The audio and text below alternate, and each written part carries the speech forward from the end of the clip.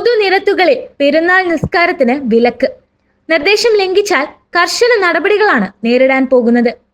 പാസ്പോർട്ടും ലൈസൻസും വരെ കണ്ടുകെട്ടും, കേസെടുക്കും.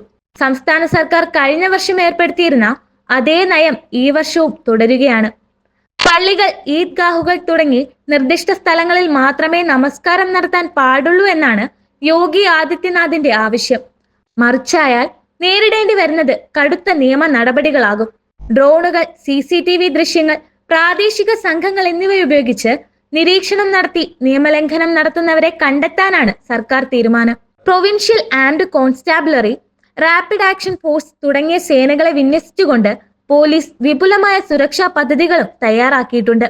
നേരത്തെ ഹോളി ആഘോഷങ്ങളുടെ സമയത്ത് ചില മുസ്ലിം ഭൂരിപക്ഷ പ്രദേശങ്ങളിലെ പള്ളികൾ ടാർപ്പായിട്ട് മൂടിയതും 1015 പേരെ അറസ്റ്റ് ചെയ്തതും വലിയ വിവാദമായിരുന്നു. അതിന് പിന്നാലെയുള്ള ഈ പുതിയ നടപടി വലിയ രാഷ്ട്രീയ വിവാദങ്ങൾക്കാണ് വഴിവെച്ചിരിക്കുന്നത്. കേന്ദ്രമന്ത്രിയും NDA സഖ്യകക്ഷിയുമായ ജയന്ത് ചൗധരി ഉൾപ്പെടെ നടപടിക്കെതിരെ പ്രതികരിച്ചുകൊണ്ട് രംഗത്തെത്തി.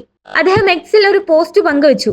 ജോർജ് ഓർവെലിന്റെ 1984 നോവലിനെ ഉപമിച്ചുകൊണ്ടായിരുന്നു അദ്ദേഹത്തിന്റെ വിമർശനം. വ്യക്തി സ്വാതന്ത്ര്യങ്ങൾ തകർക്കപ്പെടുന്ന ഒരു ഏകാധിപത്യ രാഷ്ട്രത്തെക്കുറിച്ചുള്ള ഓർവെലിന്റെ ദർശനത്തോടാണ് മീററ്റ് പോലീസ് നടപടിയെ അദ്ദേഹം താരതമ്യം ചെയ്തത്. നിയമങ്ങൾ എല്ലാ വിഭാഗങ്ങൾക്കും ഒരുപോലെ ബാധകമായിരിക്കണമെന്നാണ് മുസ്ലിം സംഘടനകൾ ഇതിനോട് പ്രതികരിച്ചത്. സർക്കാർ ഇതിനെ പൊതുസുരക്ഷയും ഗതാഗത സൗകര്യങ്ങളും ഉറപ്പാക്കുന്നതിനുള്ള നടപടിയെന്ന് വിവരിക്കുമ്പോൾ നിരോധനം വംശീയ വിവേചനമാണെന്നുള്ളത് പകൽ പോലെ വ്യക്തമാണ്.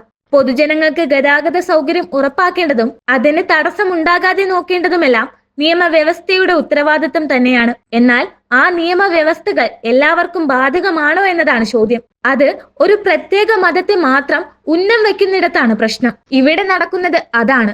നാനാത്വത്തിൽ ഏകത്വം എന്നത് മുദ്രാവാക്യമായി ഉയർത്തിപ്പിടിക്കുന്ന ഒരു രാജ്യത്ത് ഒരു പ്രത്യേക മതം മാത്രം നിരന്തരം ഉന്നം വയ്ക്കപ്പെടുകയും അവർക്ക് വിലക്കുന്ന സ്വാതന്ത്ര്യം മറ്റൊരു വിഭാഗത്തിന് അനുവദിച്ചു നൽകുകയും ചെയ്യുന്നിടത്താണ് പ്രശ്നം.